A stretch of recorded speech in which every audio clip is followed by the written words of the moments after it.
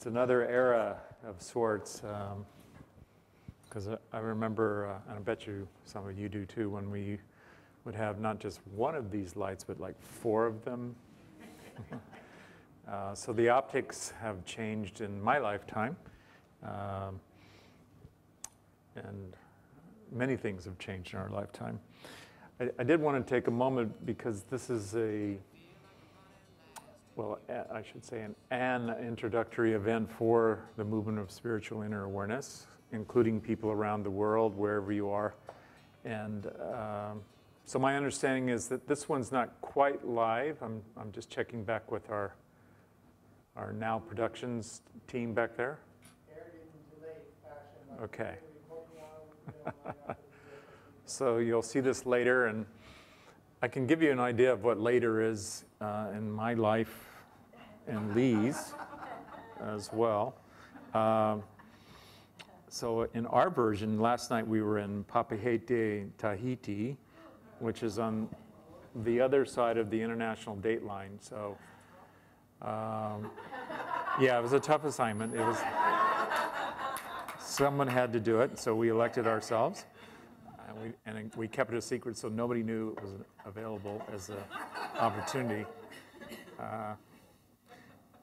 And also we decided to use it as a kind of this thing they call a honeymoon. You know, it's like lots of honey, and last night was a moon, full moon, that's right. Oh, so it was over here too in Australia? That's amazing how the world works, that you can have a full moon over here and another full moon over there. Yeah, so we actually were in Tahiti last night on Thursday. So see how, but now it's Saturday. And then when you're watching this, it could be Sunday, who knows? But it's all now, because that's how spirit works. And so then we crossed over this thing called the International Dateline, but it was already Friday when we crossed over here. You following all this? Yeah.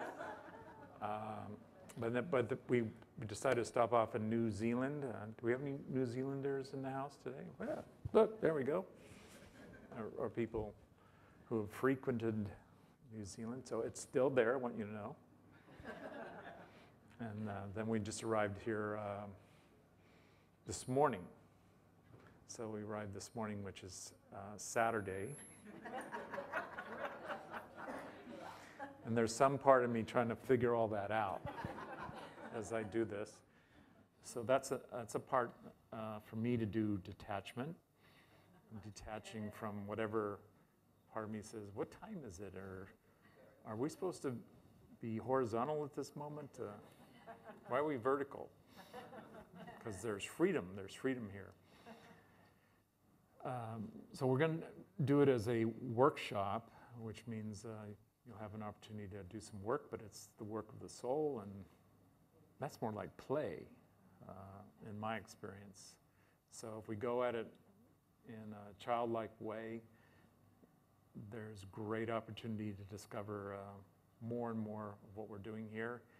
How many of you have been doing the movement of spiritual inner awareness as in studying with the discourses and the soul awareness teachings for at least 3 decades, like 30 years? Okay, there's several hands in the room.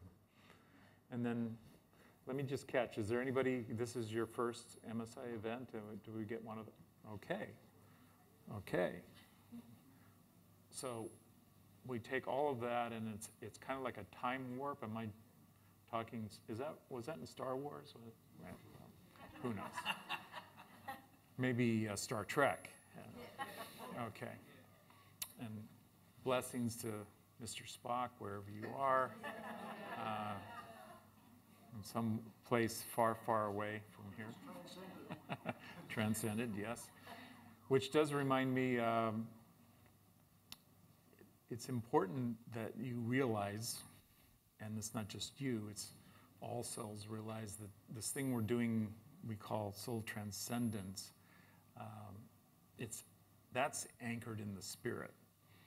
So what we're doing, the power source is always in the spirit. There's some body, like a body, like this kind of thing, that anchors in the frequency of it so that it's being transmitted to whatever this world is as a frequency, as a place where things happen in God's creation. That's us.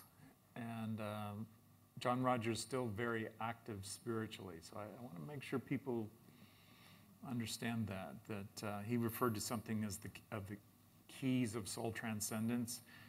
And there's information available. It was said long ago, it's been said for the most part many times over, that what that is, it continues and it's sourced in the spirit. So it's something we all have the opportunity to do because it's special. That's my word for it. It's special. You could call it a dispensation. There's lots of names for it. An authority of the spirit that comes along every so often. And we do this work through the Christ. That's something that's been said again and again and again. But if you're new, sometimes you're wondering, well, what is this? And so we do use that word for what it means. And then, if we were looking at the word Christ, we'd see that's probably derived from somewhere near Greece and that culture a long time ago as the meaning for an anointing of the authority that comes from higher up, higher consciousness. But it's all consciousness that we have within us. So what we're doing here is we're working with what is present within each one of us as the soul's nature. That's a job I have. So I take these opportunities to come be with you and what that is so that I can talk through that consciousness. It's important, and I mean that. It's important for you to, in your own way, invoke the traveler consciousness and the Christ consciousness so that you're open to that attunement. And I really mean that in something beyond vocabulary. So it's not, can you spell it or can you pronounce it? It's much more important, can you do it? Or can you be aware of what this is? So that's really what's up, is that we have a gathering in the Christ, in the traveler consciousness. John Roger held something he talked about as the preceptor. And that's still something going on and vibrating spiritually because it was here with us, if you will.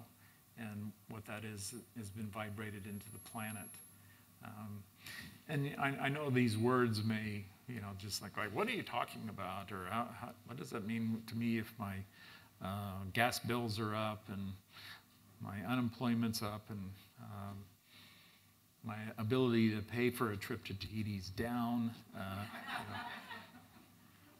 Because it's practical. I mean, what we deal with in the world, sometimes it doesn't matter if we can recite, chapter and verse, if we are having challenges in the world, being healthy, wealthy, happy. So that's part of what we're going to see if we can resolve with what we're doing tonight.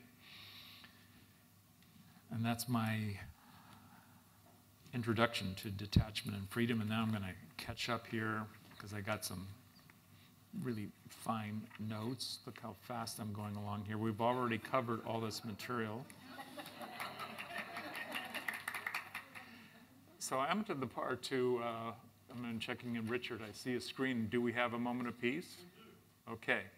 And for those of you new and those of you who've been here all along, it's good to hear from John Roger to see who he is. And we're about to do that in some form or another.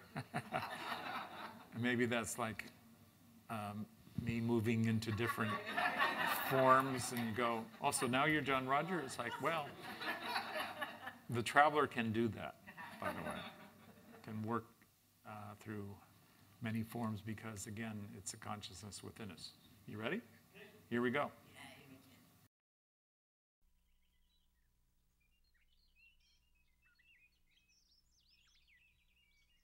We came to Rwanda to visit the gorillas. Remember that classic joke, where does a 5,000-pound gorilla sleep? Anywhere it wants to. I think that's a more significant statement today than a joke, huh? I meditated on it and tried to see if I could do some sort of contact with it. And I did make contact. And the information seemed extremely ancient and far, far away. And even though it was relatively quiet, there was the noise of inner space. And I don't have it completely verified or validated. It said that humans are one experiment and they represent another experiment. And there are other experiments that are going on. And I asked them, were they violent? And it was no, that wasn't what they dealt in. And it was, what do you deal in? And it was called, we deal in protection. And I said, is that peace? And it was, yes, that is, we deal in peace. It's a protection of peace. And what I kept getting in this communication was such a wise thing. And then later on in the observing of it, it seemed to my viewpoint that they were exemplifying the wisdom that they were speaking.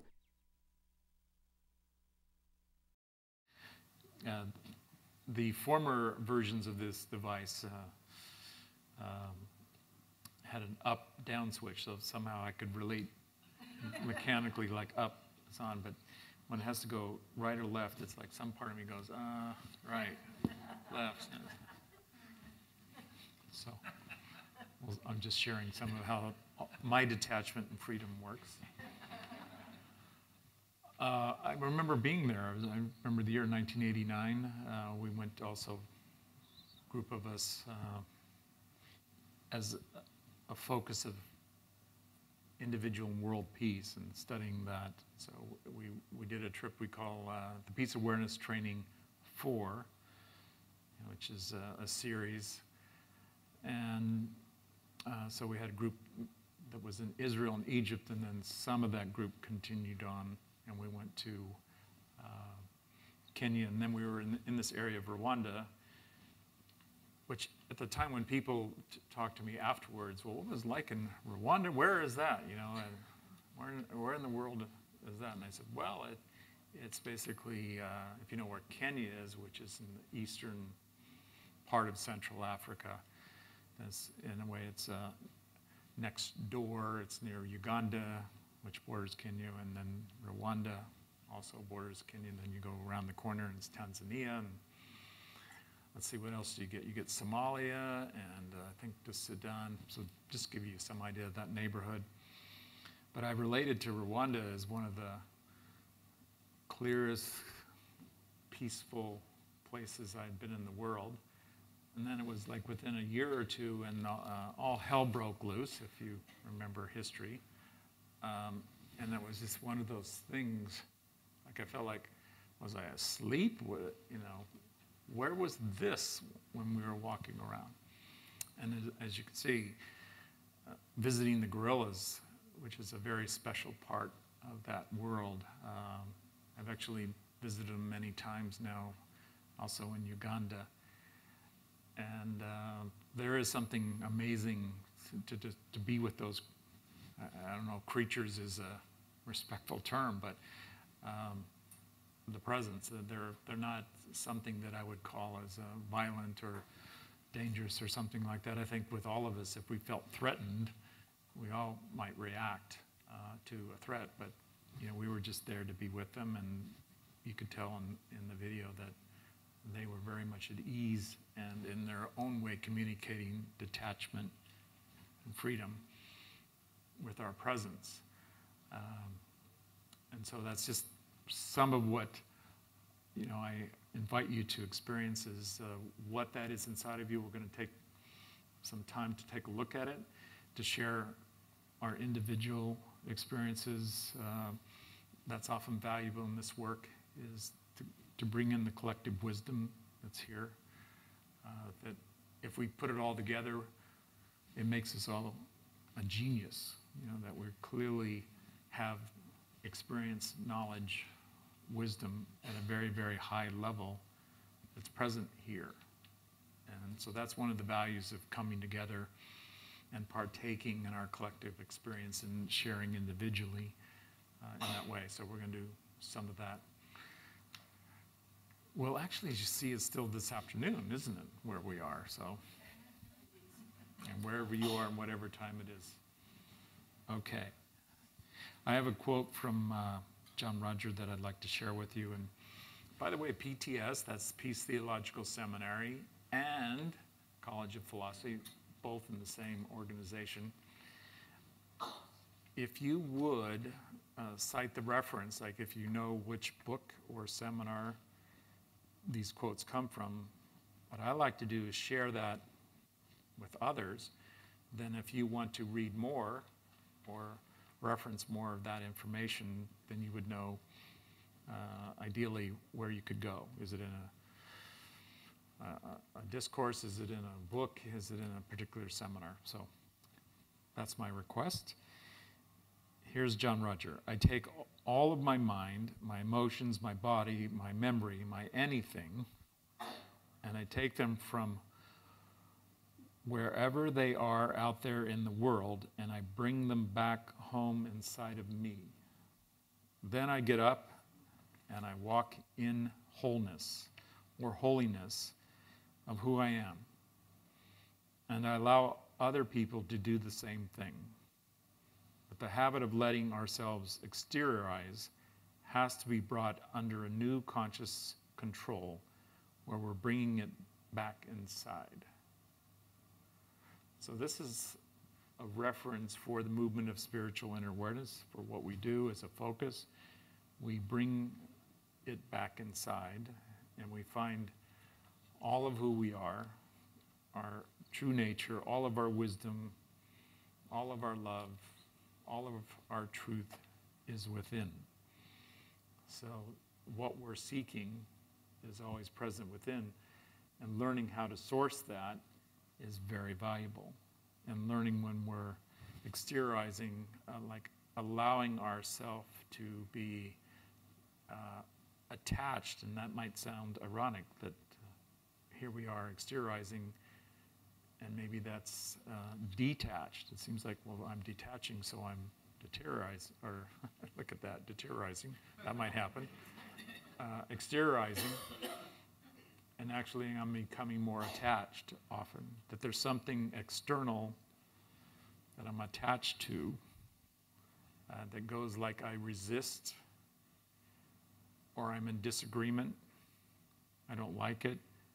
I contract. If you're paying attention, the contraction can be physical, sensational, that you're aware of tension. You're aware these things can be measured, and they are at times, so that we can measure electromagnetically. We can measure it in the brain. We can measure it in, I'm starting to lose the vocabulary, but the skin vibration, the electricity that can be on the skin, these things could be measured. So we start finding vibrations that indicate we're exteriorizing, we're attached. We're no longer open. We're starting to close. It also has a quality I would relate to as dark versus light. So is it contracted or expanded? Is it in resistance, or is it open, relaxed? These are qualities where we would know, are we attuned inwardly, spiritually, or are we in some way attached or exteriorizing our consciousness? And other things start to also take place that would indicate things like we're not in harmony, we're not in our loving nature, we're not peaceful. Are you following what I'm talking about in your experience? Okay. And my experience is when we have the awareness of what life is, when we let ourselves come into that awareness, it's amazingly clear. It's amazingly obvious. It's like common sense. Like, of course, if I'm attached, then that can lead to I'm upset when what I'm attached to isn't the way I want it to be. And that's one of the recipes for peace, is let it be. Let it be what it is. And if you're attached, then you're in for something that would read like a disturbance, an agitation, an irritation, a frustration, an anger. These are the qualities, those are the qualities that also lead to disease, so that the harmonic of health is a harmonic. So it's in good relationship to all things. It's harmonizing with things of a vital nature, of a higher nature. And when we come into disease, we're harmonizing with something of a lower nature, or a lower frequency. So this is a lot of what we do practically in the movement of spiritual inner awareness. If you want to know, what do you guys do? We learn more and more to harmonize with our higher nature. So, to be continued. All right, I'd like to get some of that collective wisdom experience that's here in the room, and I think what I'll do is I'll just repeat, so that for those of you who are watching and listening, we don't need a microphone unless it's something longer, so if you could be somewhat brief. And we'll start out, how do you experience, we'll use the title of this workshop. Anybody remember the title of it? Thank you, that was very good. Yes, it's detachment. So what is detachment to you? Anybody? Neutrality, okay. Letting go. Acceptance. Anybody? Grace? Okay. Observing. A new start or beginning. Neutral. Letting go. Stepping back. Allowing. So what would attachment be? Anybody got that experience? Expectation. Control. Resistance. Drama, did I hear? Karma. Oh. Okay, yes, it's my lot in life. Okay.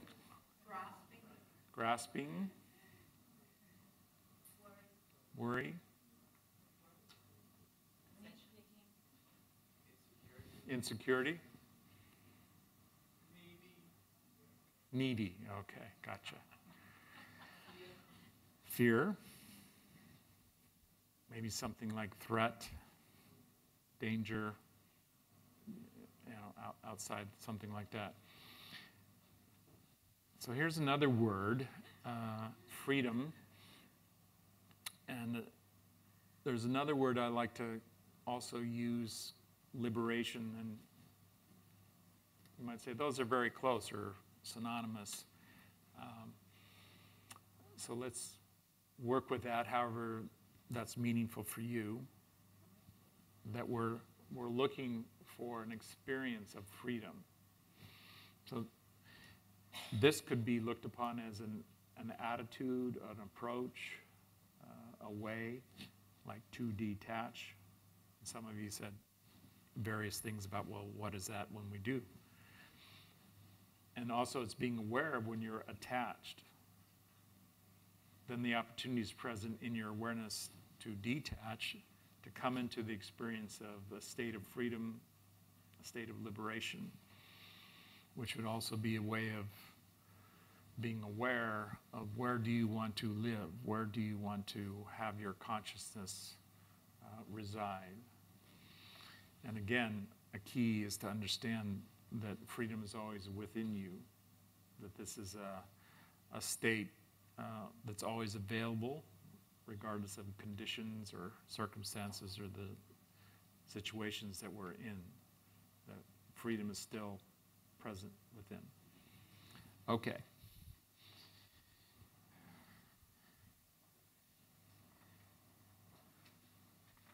Here's another quote from John Roger.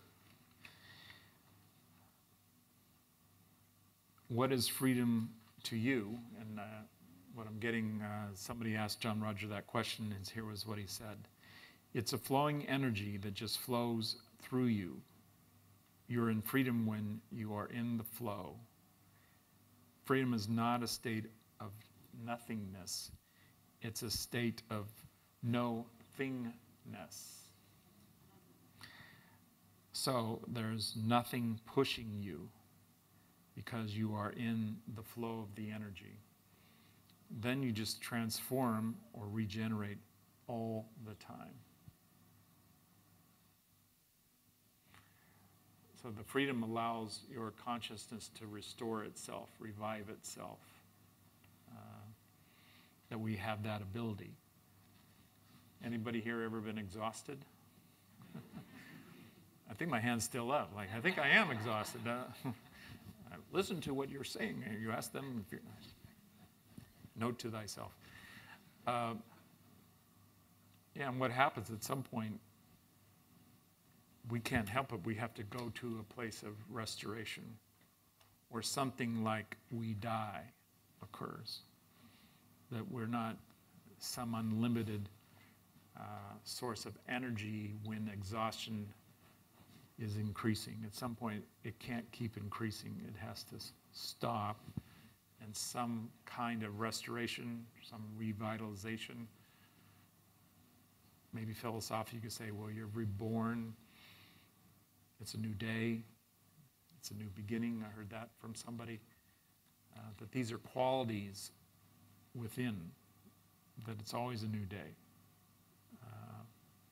There's always some form of light, like radiant light, that's available to us.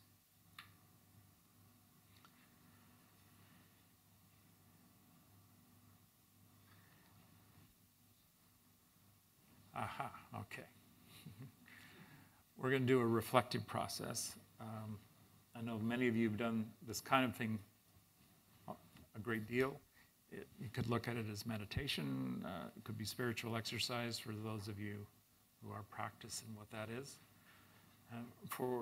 If you're new, it's really going inside. That's how I look at it. It's an invitation to go into your inner awareness, and then what we'll direct it toward is the spiritual inner awareness. And I'm going to assign myself to guide you. Then you can decide if you want to go along, or you go, no, I'm not going to let you control me, or tell me what to do. You see the behavior, you see the posture. That's my version of resistance, or I don't trust you, or why should I be open to what you're doing? I don't know what you're doing. I just got here. Someone invited me to be here. They said, well, if you want this, you better come to this.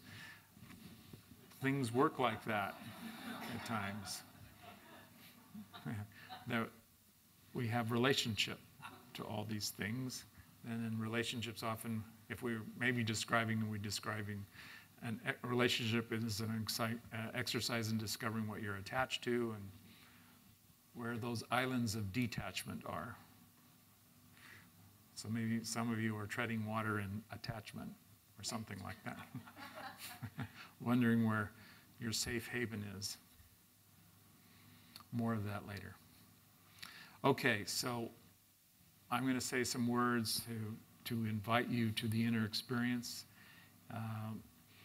We're going to take an opportunity to be aware of where is the attachment, and then also to be aware of where is the detachment, where is the freedom. And then ideally, you're going to have an experience, because it's available to you, of how your consciousness can do this at any time, so that you don't need an outer guide. You have an inner guide. We often refer to that inner guide as the inner master. We also refer to it as the traveler, the Christ. It's a consciousness of the beloved. It's a divine consciousness. You could look at it as the consciousness of God that relates to us very personally. So you have my intention now. And let's remind ourselves that we are surrounded and filled in the light that is the whole Spirit, also referred to as the Holy Spirit. It's holy, it's beloved of God. It only allows that which is the highest good of all concerned. That can be seen, it can be felt, it can be sensed through the inner consciousness. So just allow yourself to have that experience right now, that you are the light.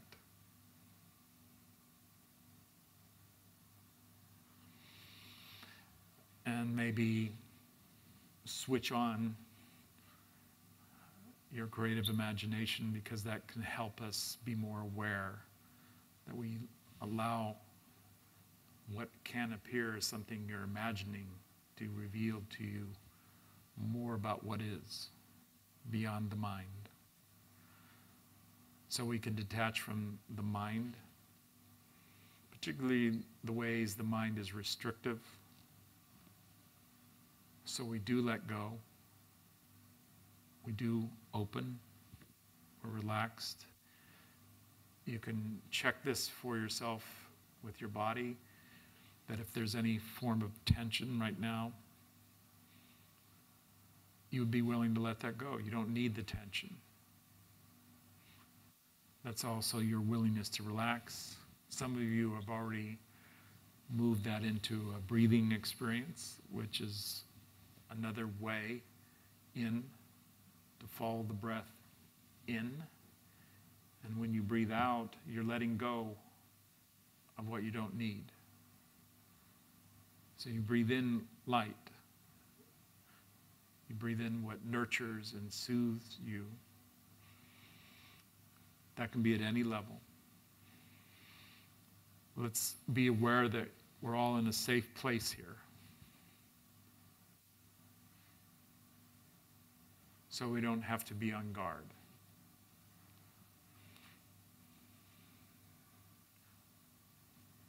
There's also a light that protects you. So as you go through the inner experience, if you're having an expanded experience right now, this light, this consciousness of the traveler comes through this protection, again, serving your highest good. As you have the willingness to let go, this divine consciousness we can refer to as God, however you do that, becomes more present.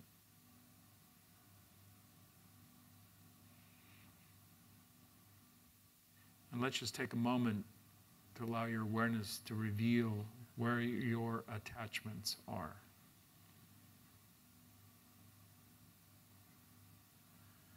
You might find it in something that comes from fear, comes from doubt, particularly the doubt towards yourself. It can also be doubt toward others, fear of others. Often we recognize that through what we call judgment.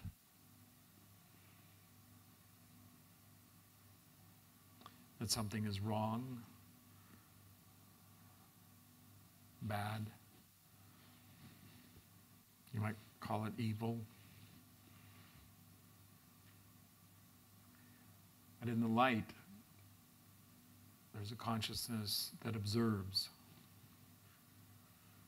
Again, in protection, so you can see, so you can understand.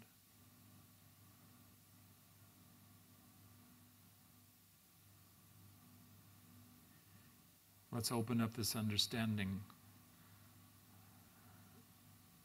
into the knowledge of all things.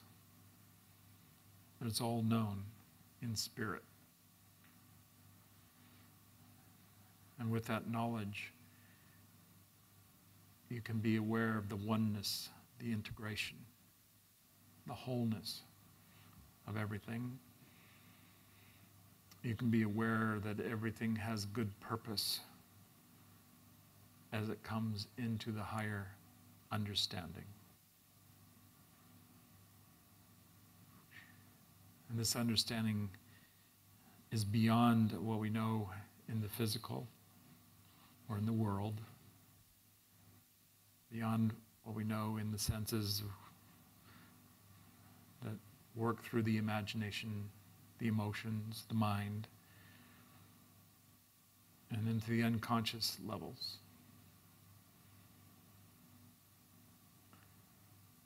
So however great the unknowing is, the knowing is greater. The knowing is the understanding that there is always a good purpose. That what is of a disturbing nature cannot last. Any pain, any suffering must dissipate, must dissolve, must be eliminated. In the scriptures, it must pass.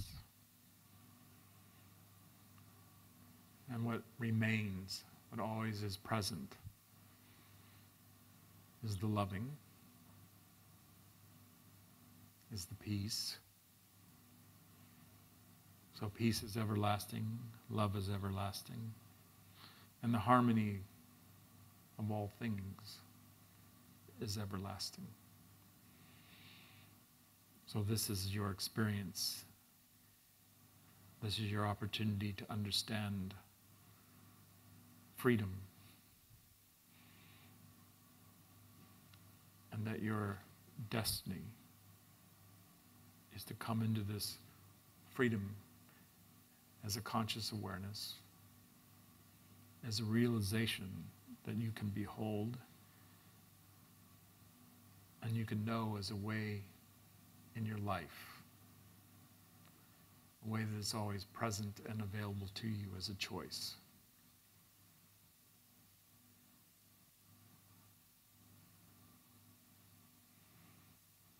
And you can choose to claim this freedom,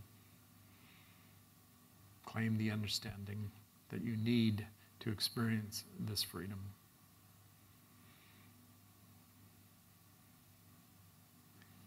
It comes through your trust that all is of a good purpose. All is of a divine nature. All is blessed.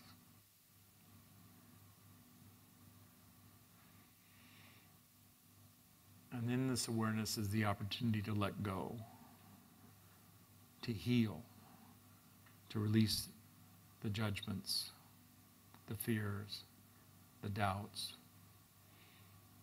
to release any form of negativity through a state of grace, a state of forgiveness. That you can hear yourself say, I forgive.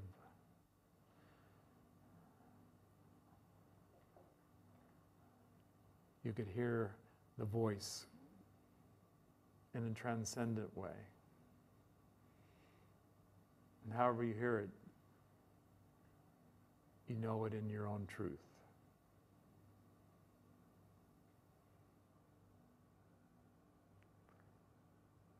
There's great truth in forgiveness of all, goodwill toward all, peace toward all.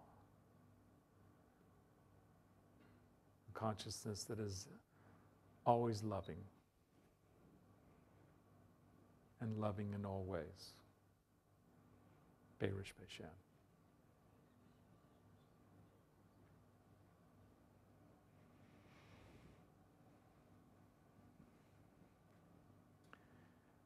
Those words of Beirish Beishan, if you're just hearing them for the first time, they are something I first heard from John Roger with the meaning, the blessings already are.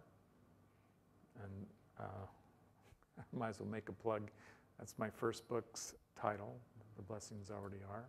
For those of you who are here tonight, I see copies of the book over there where I'm pointing. And for those of you online, the book and many references from John Roger as well are available if you're interested.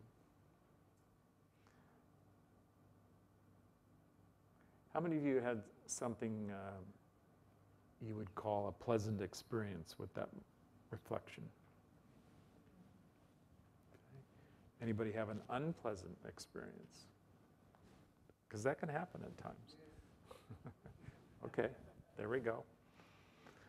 I would just make room for that because it's like if you ever had to burp or something like that, or you had an itch, I mean, if we were looking, it's energy that needs to be released. So often this work involves releasing. It brings up energies that need to surface, need to come into your awareness. And often there's really nothing for you to do other than let it go. Let it move through. We have a saying that goes next, like, or good riddance, like get thou behind me. And often that's how it's done. It's done because we're open, because we invoke and we invite the higher consciousness to come be with us. And in order for that consciousness to be with us in a more powerful way, we need to make room. We need to let go of our restrictions, our contractions, our doubts, our judgments, our fears, in order to bring in greater light and greater love.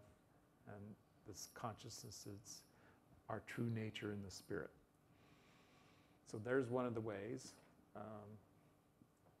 It's an inner process. We specialize in the movement of spiritual inner awareness in spiritual exercise.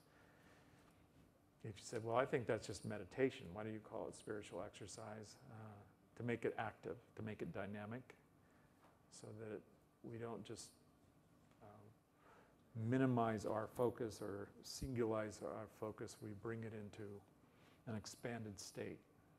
So it can be very dynamic in how it works, that it asks us to not just release, but open up into new experiences of our true nature. And that can take great courage. It can take a quality John Roger often referred to as endurance, and enduring past whatever the challenges are. All right, we're going to do the exercise that I referred to as work. And I'm going to demonstrate it to you. And I'm going to have my lovely sidekick, also my lovely wife, Lee, come up here. And now I could use that microphone, or wherever we have a microphone, I'll bring it up. There, we got the black one. There we go. So come right up here. Step right up. So you're all going to have the opportunity to be in a partnership exercise with another person. Those of you online, you have this availability. You could do it as you talk to yourself. Maybe you get in one chair, then you get back in the other chair. Make it fun. But if you have that opportunity to do it with somebody, it's often more valuable to both reflect on what others' experiences are and also share your own experiences. So you also have a handout here in the room that goes over some questions that you're going to have.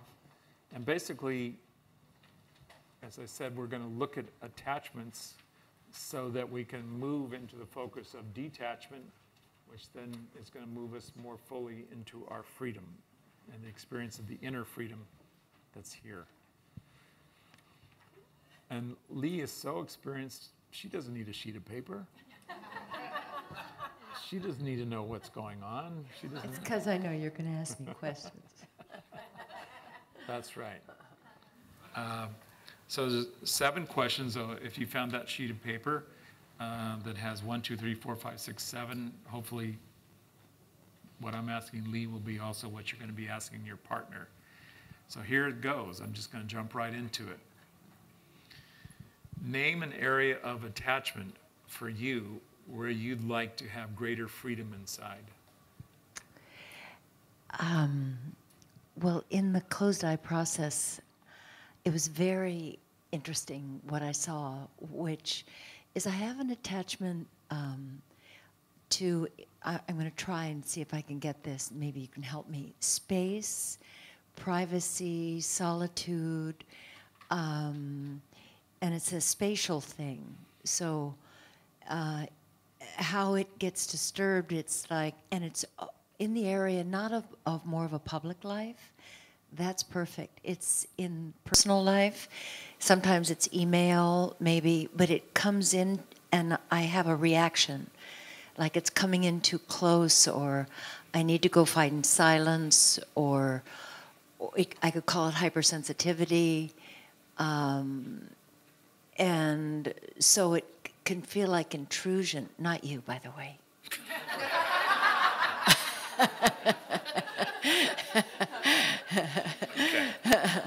Now, to give you an idea, if I was answering that question, name an area of attachment for you where you'd like to have greater freedom inside. What came to mind is the dog who barks next door. Yeah. And I'm now ready for the next question. I'm sorry. then Maybe I Lee, talked too much. But I'm just giving you the range here. Oh, yeah. So notice I didn't jump in. I didn't try to give Lee any advice. I didn't try to rescue her. I just let her go on however that works for her. And she could take the whole exercise answering the first question. But that wouldn't be all the value, so we're going to go on to the second question. Is there something you want or an expectation that you have in this situation? And the following question in part 2 is, what is it? Let's see. Oh, gosh. Well, maybe the expectation is how things should be outside of me. You know, that there is a regard, that I want a regard for space and how it's approached, or how that welcomes me to interact rather than just forging in. So that's an expectation of my outer world. For me, the dog should be quiet.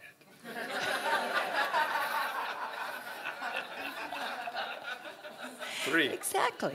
What are you afraid of losing? Second part. Or what are you afraid of not having or not getting?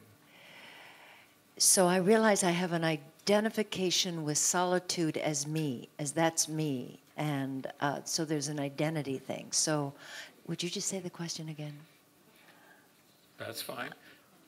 What are you afraid of losing, or what are you afraid of not having or not getting? It's like a sense that I'll lose myself to the demand in my space. I'm not saying this very well, but I'm working on it.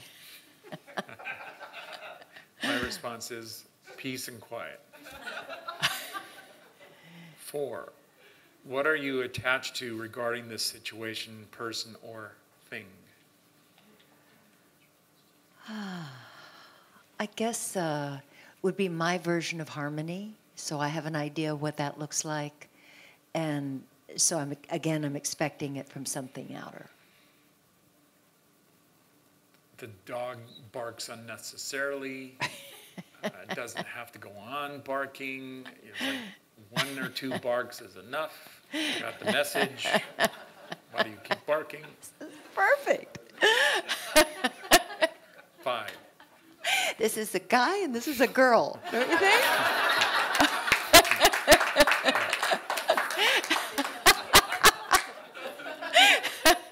What is it you really wanted?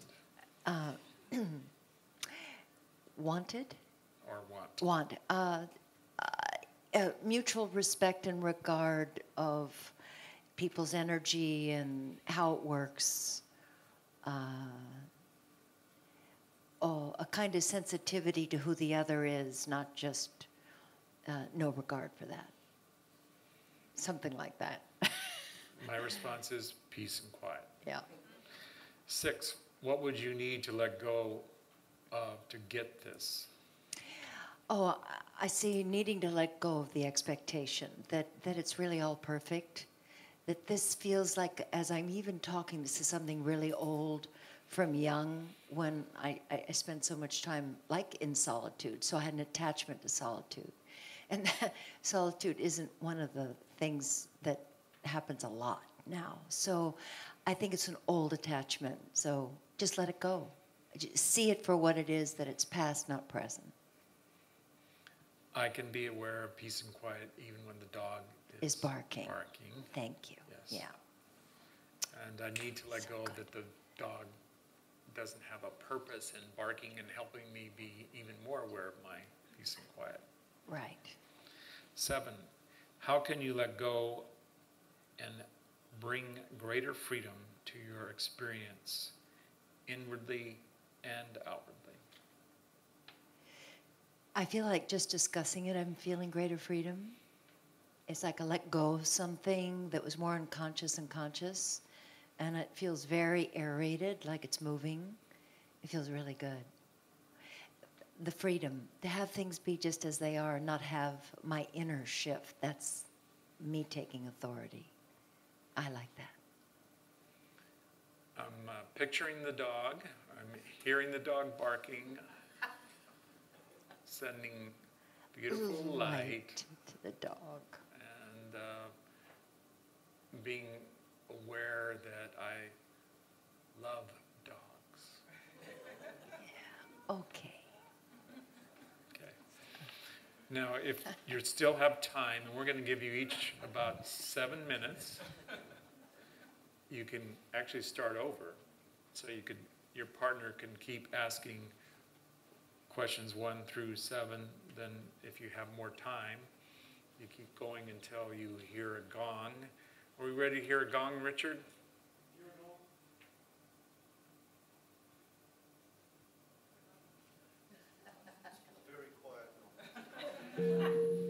There it is. Okay. Some of you recognize that gong. So we're going to use that gong to start your turn, to stop your turn. Then I'll talk to you in between turns. Then the gong would start you and stop you. So you'll each have a full turn of about 7 minutes. And what we'd like is that you take the whole 7 minutes when it's your turn to keep going through all 7 questions. Hang on. We haven't quite started. You want to get going. I love your enthusiasm. But I just want to take a little more preparation. Is there anybody that has a question about how do we do this exercise, like the logistics, how do you do it? And let me say a little more about that. Ideally, you would face each other, so you may need to move your chairs, that's fine. We'd like you to keep awareness of this IO with the camera and also the camera. We have some space up here toward the front and the sides of the room. We want to keep the exit door and way clear for our awareness of safety. It's really often something people experience if you don't know each other, that it's an exercise for you to be open, to be honest. There's value in that.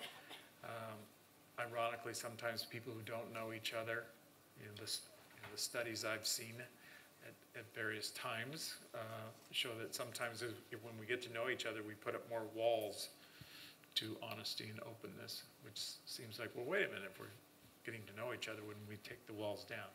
Ideally, yes, we would.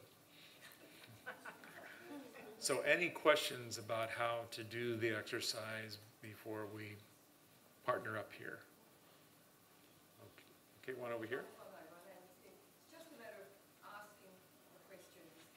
You can ask, move on and ask the next question. Right. Until you finish through the whole. So that I'll kind of repeat the question, but basically the job, if you're asking the questions, that's it. You don't need to comfort the person or they're there, or shouldn't you summarize that and come to a point? Or so, again, let the person answer it. If they just give one or monosyllabic responses, and you go, how can you answer that with a monosyllabic response? It's not possible. Let them do it anyway. So some people may go through the questions numerous times. Some of you may only get through 3 questions when it's your turn. And so there's no need to interact. If you get stuck, you're really stuck, you don't know how to do the exercise, raise your hand. We'll come over and see if we can assist you. Okay. All right, so now, partner up. And before we begin, I have some more information. So just right now, the exercise is partner up. Find a partner. Anybody looking for a partner? Okay, I see somebody there. Okay, anybody else looking for a partner? Raise your hand if you're... I have somebody I'm pointing at who needs a partner. Yeah. Again, if you want to move your chairs so you can face each other. Any other assistants can work right here? Yeah, all right.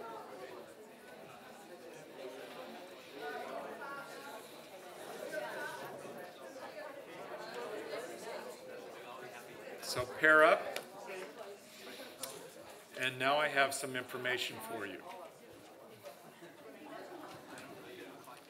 So first of all, one of you is going to go first.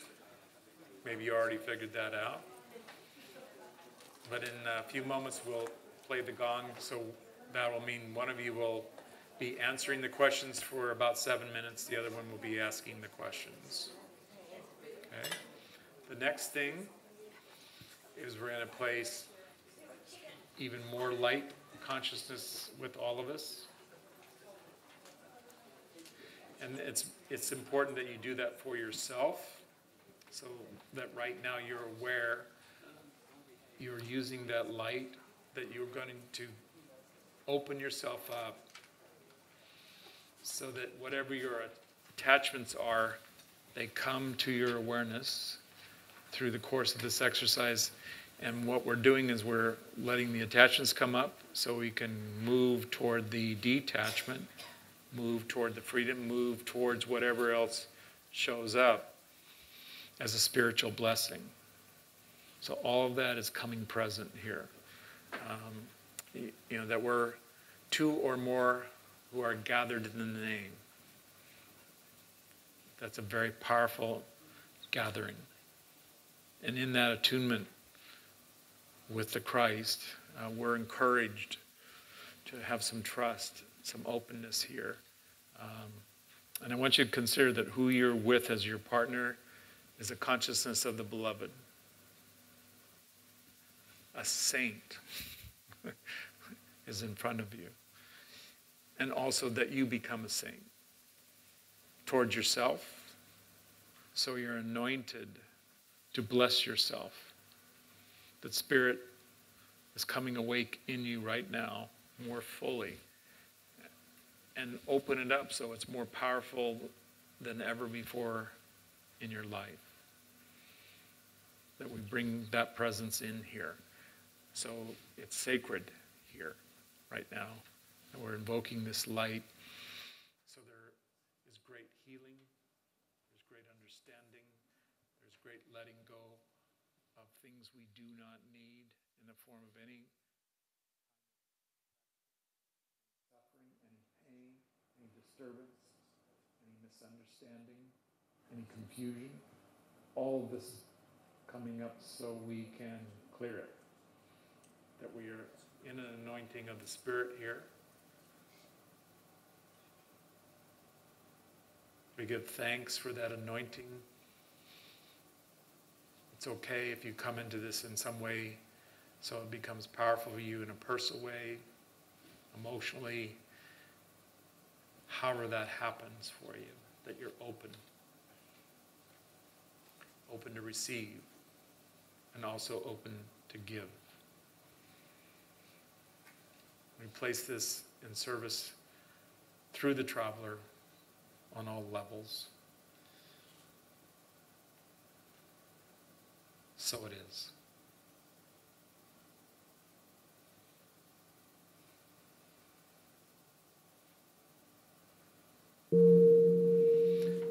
Begin, and I'll let you know after the gong what's next.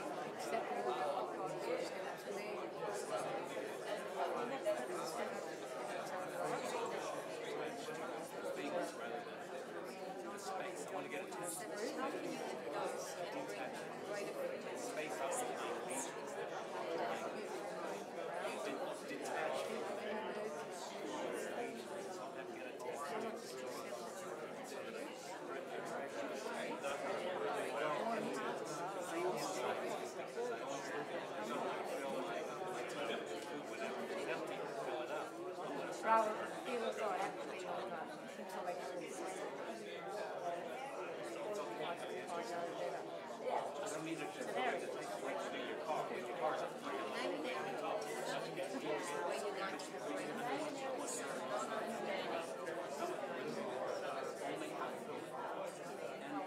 Scenario on the catch.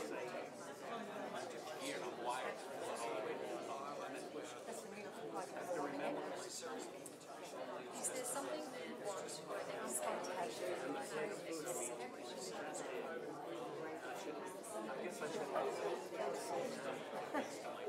Something what?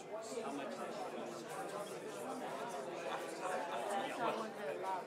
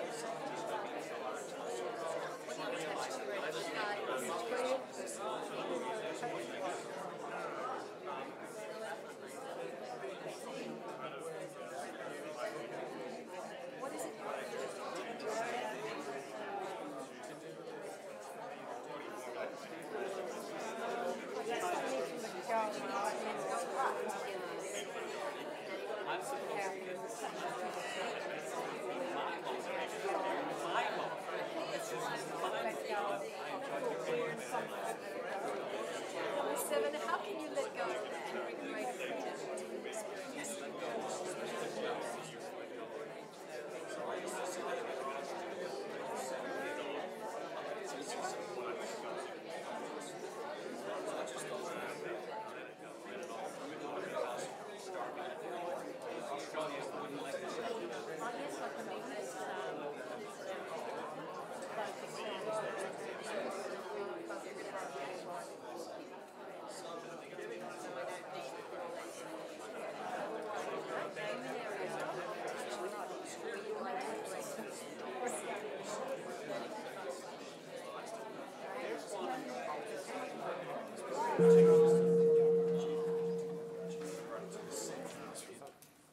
So there's an opportunity to switch the role. So now, if you've been answering, then you'll be in the position of the listener and the observer and holding for your partner. Again, I just remind you that the qualities we're bringing forward here are anointed and sanctified. Yeah? Oh, I see. All right, so. Especially now that I'm in this position. There's less shrieking or noise in the world. So for those of you who had that experience maybe in some way where you were clearing, releasing, let's let that go. So we get a new dose of light here, all fresh, a new day, reminding you that the process can continue even if you're the person asking the questions now, that you're clearing, you're healing, your restoration is in motion. And so it can actually build as we do this. So for us collectively, it can increase, that there's greater blessing in this room because of our intention, our willingness to be in this holy presence for whatever purpose it has for us.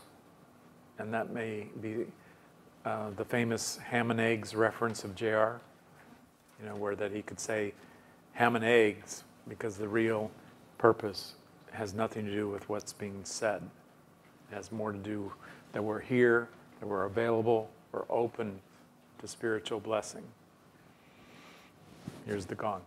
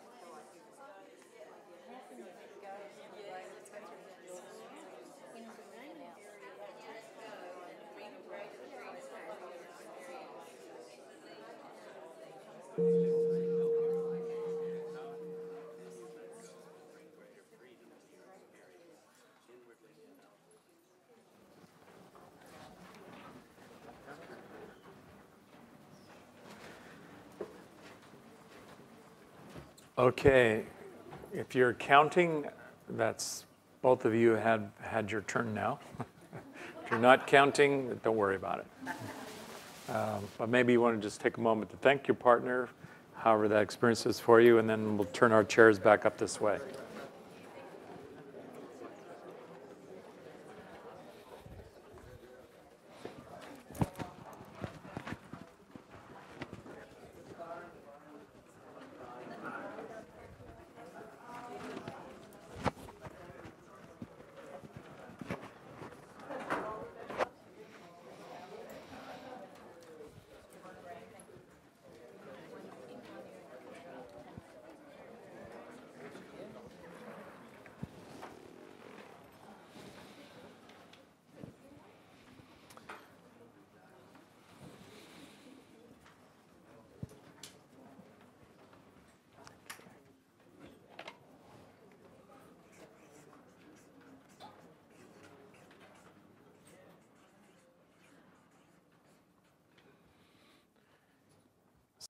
So take a moment to be aware of your experience right now. Anybody having more attachment right now?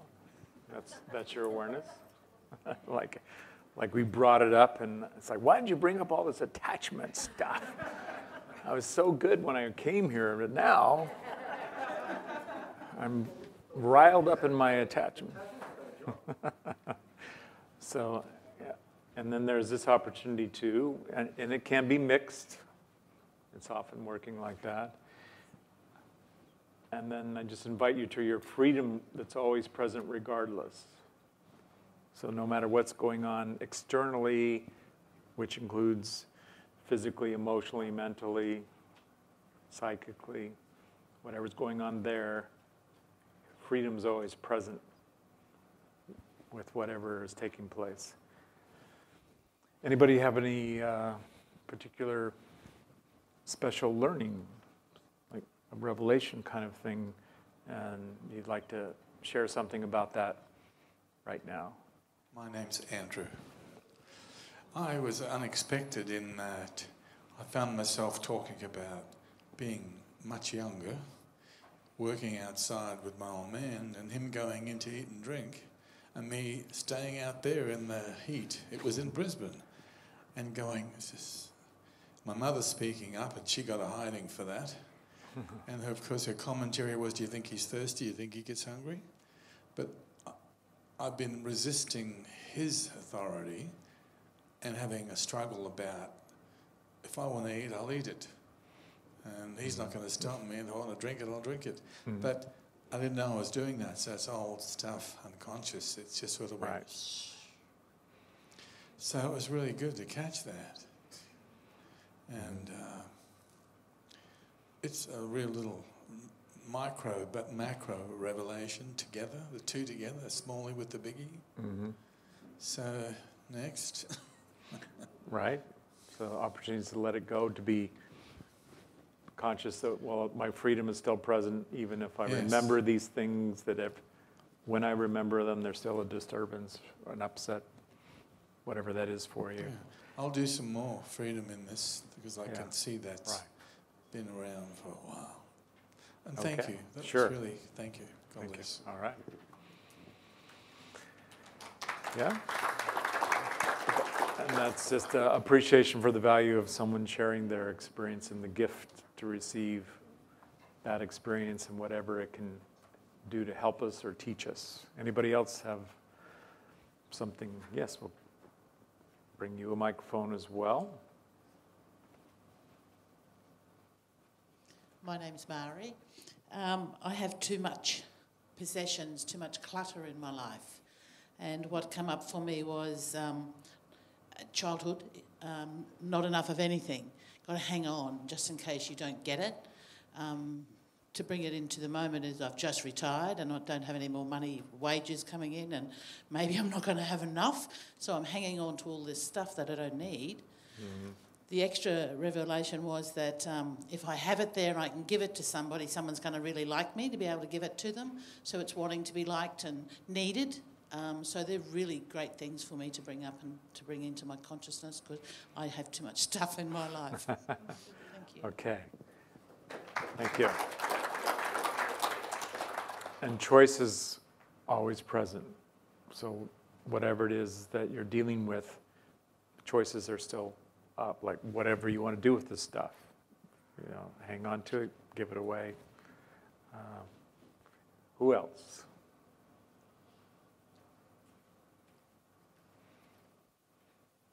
All right, go right here.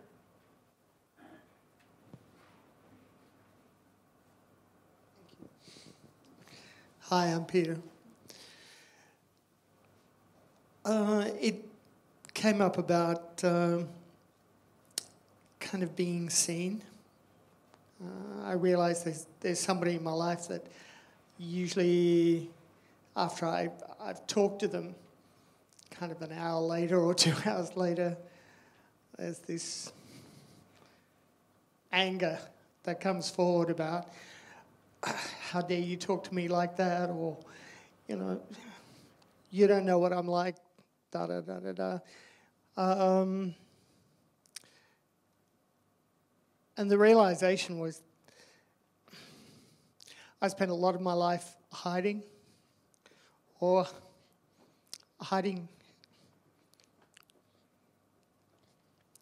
I was. Yeah, just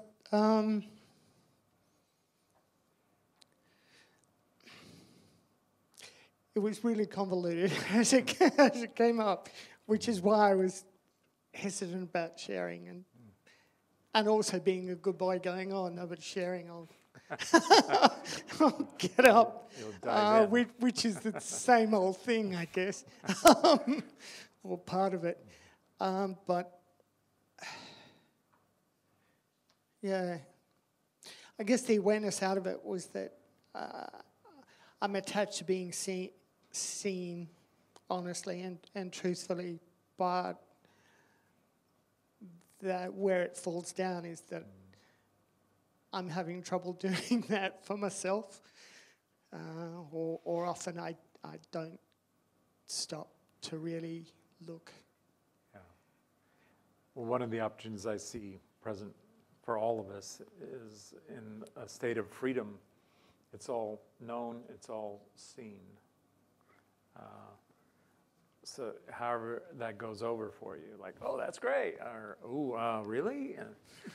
They know that? It doesn't matter, it's all known. And then to also look that it's okay. That in the freedom is a consciousness of observation. So it just observes. And to me, this is a real quality of the spirit. It has a quietness, a stillness. It's not upset. It's not in reaction. So that peace has stillness in it. And the stillness isn't, I don't care, you know, it doesn't matter to me. It's not that kind of stillness. It's, I'm with you. I'm with you 100%. But I'm not pushing or pulling. You know, this is where the exteriorization makes itself known. It has magnetizing qualities. I like that, I don't like that. I want that, I don't want that. I expect that, I didn't expect that. Polarizing. And just being aware that that's how the exterior functions, so that we can be aware of our likes and dislikes, our wants, what we don't want, our desires, our interests. And then there's still choice there. Like, well, what do you want to do with that opportunity? What do you want to create? You know, sometimes that sets up things like, well, do I need to be around people who, they have my button? Like God said, here, I want you to have Peter's button. Whenever you want to push it, just, yeah, be my guest, push it. Watch the show. Watch what he does when you push the button. And it seems like there are people or situations, you know, my hand's up like, why does that dog bother you? Get over it. you know, you've had nearly 2 years to get over that dog barking. It's like, well, I'm putting in some prayers. You know, like that's an opportunity to learn how to allow, learn how to be neutral in relation to our attachments, our desires. Anything else? Just aware of how much self-judgment too there has been that contributes to it. Right. Yeah. Thanks, John. Sure. Okay. We've got another one in the back here. We'll bring you a microphone as well. Yeah, he's right there. Yeah.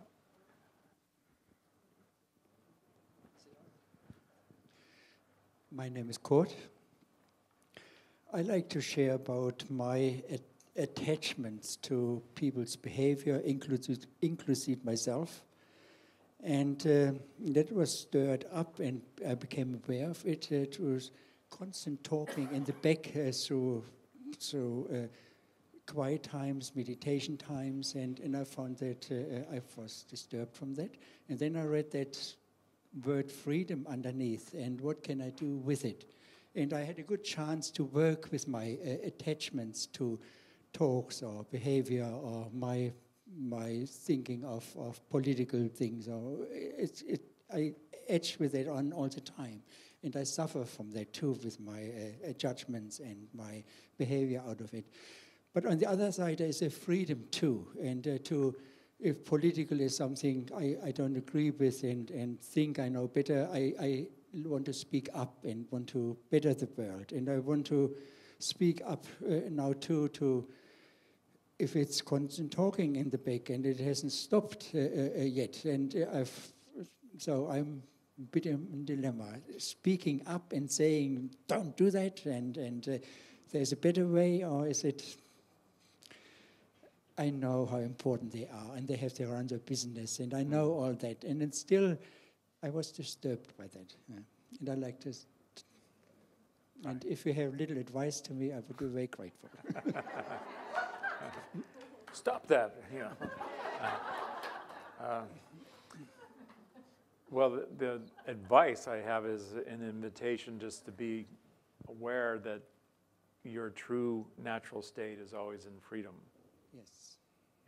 It's always in a state of neutrality. Then that's one of the ways we would know it's a free state, that it doesn't have a for or against in it. It can go either way. It can go if it's there or it's not there. And the freedom is an opportunity to be in a higher state. And then can we do that while we are in the magnetic state, in the state of the world, where we do have a body and we do have desires and preferences. In MSIA terms, we talk about using everything for your upliftment or your advancement, so use it.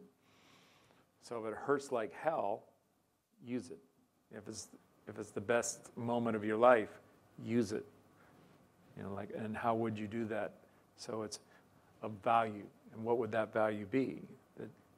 That it is valuable if it creates things that are lasting, like your happiness, your well-being, your peacefulness. If these are the things you want to create, to be more aware of this, so that our intention is more and more with God's intention and God's will.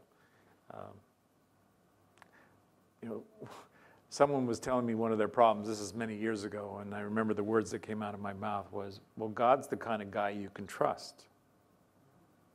And I thought, well, that makes it rather personal, like it's like your next door neighbor's God, and you know his address, but you don't talk about it because it's kind of private. God doesn't want everybody knowing her address, or that she's a her, you know. It's just that kind of thing where you elevate the opportunity. Viktor Frankl's book, the guy that wrote a book in the concentration camp during Man's Search for Meaning. Thank you. But you know, in that book, I found a lot about it was about freedom. under circumstances that would seem like anything but freedom. Like, how could that be a place of freedom? But in my way of looking at what he discovered and what he shared with the world was a choice, a choice to interpret it into what is his life about? And is it about what they're doing?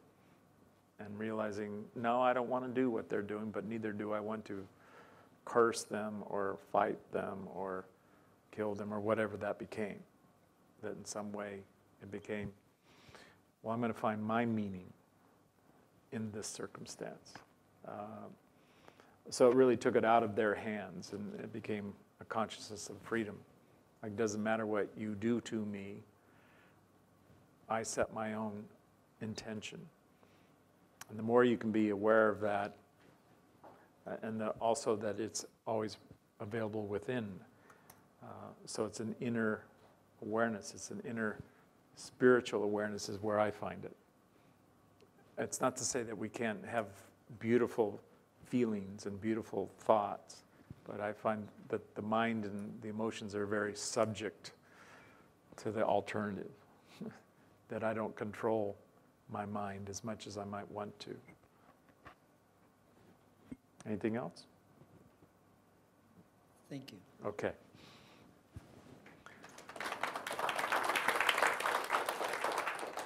So I want to take a moment, and it's actually part of the intention for the workshop, to talk about something called the 90% versus the 10%, and 90 and 10 is 100. And it's something, again, I first heard this way of relating to life from John Roger, that he would refer to that the spiritual dimension, the part of us that's always in a state of freedom, is 90% of who we are if we were trying to measure it. And then the 10% is all the rest, the psychic, the material part of who we are. And I don't see a need to try to explain that or logically present how that is organized in God's creation. But what I do see is the importance of understanding the choice to bring in the spiritual dimension, so we're relating to our spiritual nature in the 10% level. And more, then it becomes something regardless of where we are, regardless of the circumstances in our life. Our intention is toward the spiritual nature, which is beautiful and harmonious, happy, not just some of the time, but all the time, so that when we're aware of ourselves in the 90%, then we have these experiences of being transcendent. And the mystics in our midst, or when we go mystic on ourselves. I'm sure you've had the experiences where, like, who is this? I'm okay with myself, or I like the world today. To have a moment like that is, wow, what just happened? How did I get here? And often if we're starting to ask those kinds of questions, it's like bon voyage. As soon as I start questioning it, it's as if it's starting to diminish versus just stay in observation, stay with it. So we are not self with a small case conscious. We're self-conscious that we're all of this. I am this, whatever this is in our experience. And it's an invitation. It's something that, again, we present over and over. So one of my references earlier, it's still afternoon if you're wondering.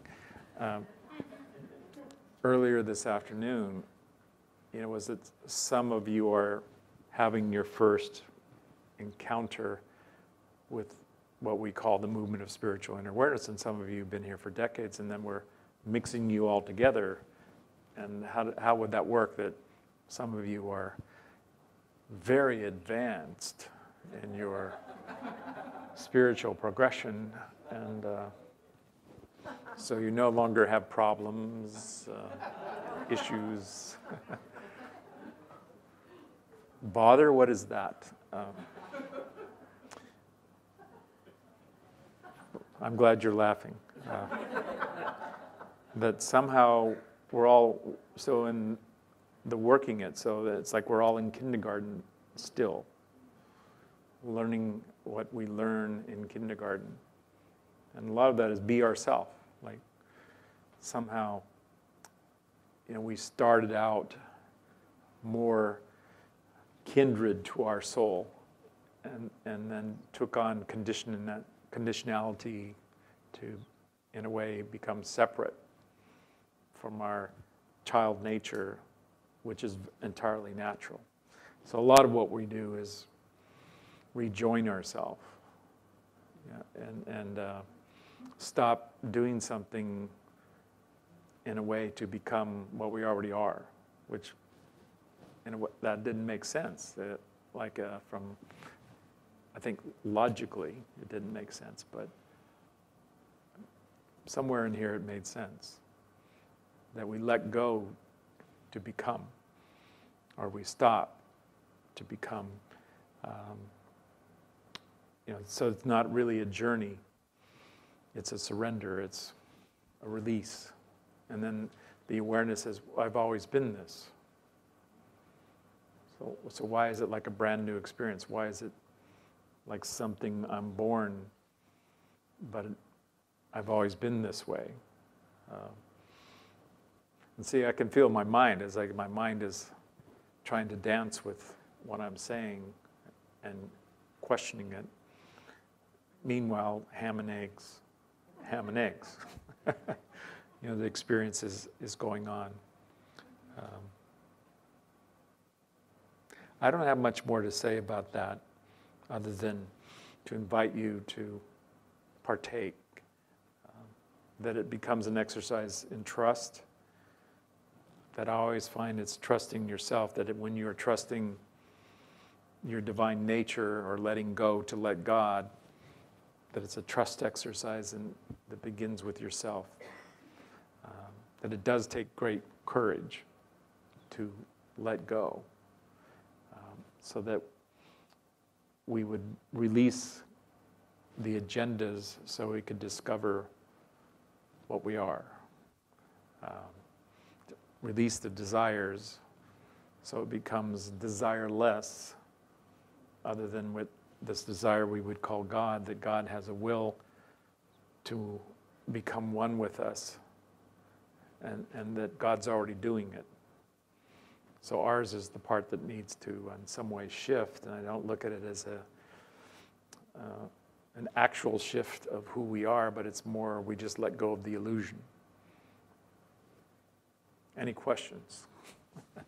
Because there's a part of this which has an openness to your questions, or maybe it's your experience that you would like to share in some way. So I'll just open that up now, and if you're online later, is that working? Well, let's consider that you could ask the question later and it's here now.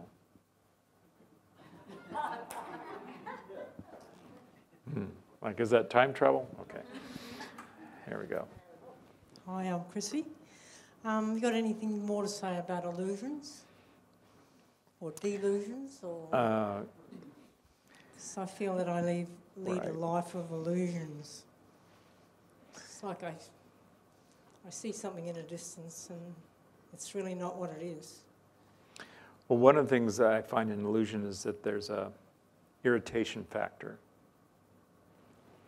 So when there's an illusion present, there's like a tension or irritation, almost like zzz. Do you know what I'm saying? Static in the channel, a sense of separation, a sense that I don't get you or you don't get me, or it's not right the way it is. That's an illusion.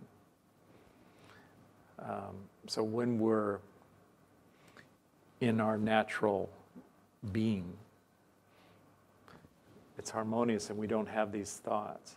See, that's what's really strange. So when the thought comes up, it's Like, well, where am I getting this thought that I'm not okay?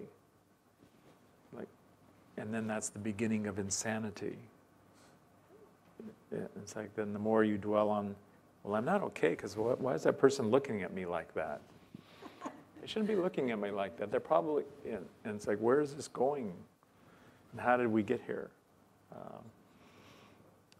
And it's like, stop the insanity or stop the world. I want to get off. You know, whatever this is. So it begins in a lie. So illusion would be a form of a lie. It's not real. It's not true. So, but how would we know it? Because it presents a doubt. It presents a fear. And when we understand who we are, there is no doubt, there is no fear. There's just a heavenly nature, a paradisical glory. It's not just peaceful or tranquil. It's something magnificently beautiful. We've had these moments, and even though, let's say, what stands in between is the illusion that says, well, I'm not there, I'm not in heaven, some people would call this place hell. And you can make a pretty strong case for it. In the spiritual awareness, we have the opportunity to realize there's no pain, there's no suffering. Then when we come back into the illusionary awareness, which would be something we could measure. Why? Because it's still in God's creation. So there's a perfection in the illusion. God made it. Then it's substantial. So it's a powerful illusion. So we're in a world of illusion, or sometimes called reflection or duality. So it sets up a polarity. Like there's a this and a that, an up and a down, a black and a white, right? Contrast. And in that contrast is the sense, it's like a tension, but it's a dynamic that as we learn, I call it surfing, to surf the negativity, to use it for upliftment, to ride upon it, to find joy in the suffering, but not as something like, well, now I crave it, hit me harder, make it more painful. It's like, I think you put something back in there.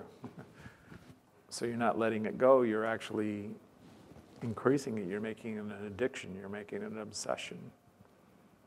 You're making it something insane. Because now you're enjoying the pain, and it's not about that, it's more just lift above it, release it. Don't make it any worse than it already is. And it won't last, so focus on the transcendent.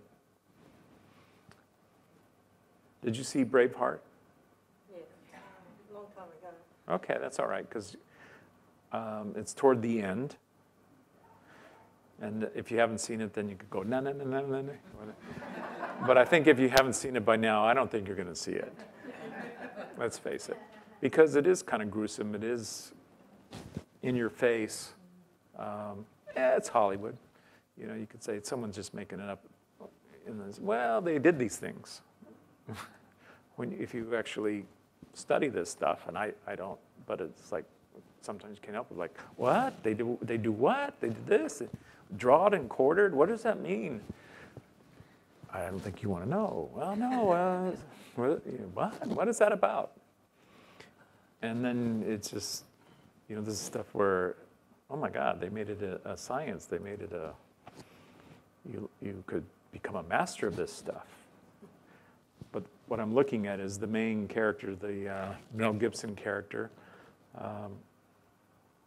He did something where he started focusing on something uplifting as a way to transcend the most painful, excruciating part. The torture, so to speak. And to me, that was a beautiful, maybe the richest part of the story for me. was that moment. And I found I could really relate to it powerfully. Like a thank you. If I just had to get through all the gore and the violence and the, you know, man's inhumanity, etc., to get to this part. And then I'd tell you, like, well, watch the film and maybe, you know, turn off the, you know, or no, I don't want to see, you know, like, or tell me when the part where it's the transcendent thing. I want to watch the transcendent thing. I don't want to see, can I do this without having to go through the gore and the suffering? And that's a great question. You know, can we get to heaven without doing the disturbing dark thing? I'd say yes. You know, that you set it up as an intention, like, I'm ready to go now. That you would claim that I'm ready to go now, so that I'm no longer in illusion. Give me the truth. I want 100% truth. Hit me, God. Give me the truth. You can't handle the truth. That's another film. Yeah, there you go. You know, and there's something to that if we run from what we need to face, and where I find it gets really intense with our Creator is, you do this, you say you're loving as a Creator, and you do this. That, to me, is something that, if you want to know where the mind is insane and going crazy still, it's in that area. Like, what kind of Creator, how could an intelligent Creator, a loving Creator, allow this? And if it's the one Creator of which all things have come, what kind of business is it up to here? It seems as an enormous conflict. And that, to me, it's the case of the other, the case of the dark, the case of the dark force, which presents a case often like, well, what kind of God? You mean you worship this God and your God does these things? You need a better God. And then how do we get there? The answer that comes through is that we love whatever the it is, the this is. Like, so love the illusion. Or love the I don't know. Or love the fear. And how would that be? It's like you wrap your arms around it. Or you wrap your consciousness around it. That there's nothing that you couldn't be shown that you could say, and someone says, do you love that? I go, I do. Well, let's rub your face in it. Do you love that? You see where this can go? It's like, if you love your God, well, we're going to crucify you. Let's see how you love your God when you're being crucified. And it's not just 2,000 years ago. It's still in the news. In the last few days, there's news of crucifixions. You're going, some of you might be going, what are you talking about? You don't really have to know. It's not like you have to know everything that's going on in the world, but let's just say darkness is still here, the negativity is still here, the illusion is still here. Then what is our relationship to it? To come to peace. And then it becomes like a dream that when you wake up, you ever had dreams you don't remember? That as soon as you try to remember them, it's as if they go poof. And then what was that? A dream. A bubble that bursts. And there are those who I would call the messengers who have said, this world is but a dream. Wake up. And don't get caught in it. Don't believe it. Don't consider that the reflection in the mirror is telling you the truth about you, who you are. So then when we understand it, then the through line is just love it. Go there and love it. And you'll be done before you know it. You'll be done before you know it. It's like, how long is this world? It's a blink. How long is a blink? it's like it's not even measurable if you start looking at it. Because when it goes poof, it's no thingness. Those were words from JR earlier. No thingness. It has no substance. It has no reality. But try that when someone's sawing your hand off. Like, oh, so you think there's no suffering, huh? Okay. Are you enjoying that? Not so much. Although I'm invoking my yogic powers. So I'm no longer interpreting my hysterical screaming as pain. That's my laughter you're hearing. That's how I laugh. It just sounds like I'm shrieking in pain. You know, if we can get to where we can find the humor, that something lets go, something realizes that it is a joke, that it is a dream, and ride that. Like, to me, it's surfing this level where you find moments of joy, you find peace, and you savor those. Not as an attachment, because that's a trap.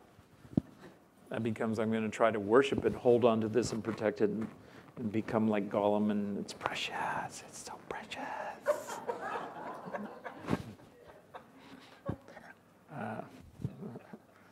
Thank you.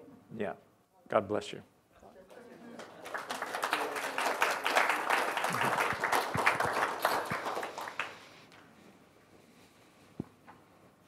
Step right out. Okay, back there. Hi, John. I'm Bryony, and this is a whopper of a question because it's taken me about 8 years solidly thinking, how do I speak it? And it goes like this. When we live in an age where people are visionaries, and sort of follows on with what you just said then, about setting up the illusions, when in what I see, what I've seen in my past and studied in arts and others, I don't see a visionary apart from what we sometimes do here in MSIA and the people that love me into a lot of things, including myself. There is where I just lost the question. The joy that when there's nothingness there and there are no visions, where would we place our intention? So that if you were following that like me, and I'm not trying to say you should, you know, it's like I'm hearing in and out, like conscious sleep, conscious sleep, or in the illusion, in the truth. So part of the vision would be that it comes real. So visionary would be seeing what already is, and in this time, reality, space. That's it. You're on it now. Then there's manifestation. So the manifestation, does it come into a visible spectrum? You like art too. So do we see it? Yeah. So if there's an angel in the room, where is it? Yeah. So then let's consider it could look like you, or it could be in you. So then people could look at you and say, Brioni, there's an angel with you. And what are you talking about? I beat my kid. I torture my cat. I'm not putting that on you. I'm just giving some kind of exampleship of where we would be in self-denial when someone else is witnessing to your higher nature or your true nature, including yourself, that you would be doing your own witnessing.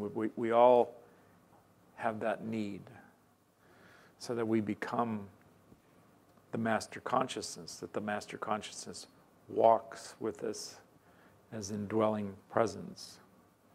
And as we come into that realization, we're looking through the eyes. And even that becomes things like, well, it's more unified. It's singular. When you're having the spirit vision, the eye becomes single.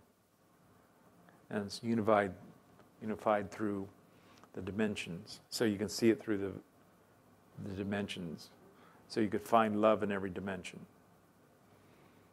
See? Then you go, I've heard that before. I mean, said in these words, or love is the answer. Love is the opening door. Love is what we came here for. No one could offer you more. Do you know what I mean? We were playing this recently. And yet you say, well, no, it was in the 60s. You know, it's what Elton John was singing, right? Well, it wasn't his song, it was somebody else's. But who cares who the minstrel is if it has the meaning, has the message?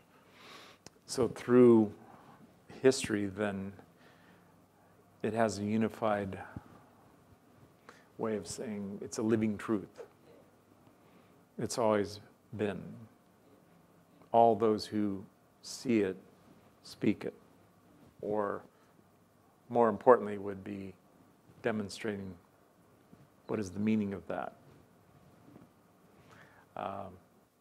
And that, I see us in, the vocabulary is where the challenge is, but let's just say, I see us in a time now when the opportunity is here for us to be in our own witnessing and also to be witnessing with each other, so that we don't have to keep questioning. We don't have to keep going, having a proof, go on a quest, go on a mission, these kinds of things that we could just simply be what it is. And it doesn't have to have recognition.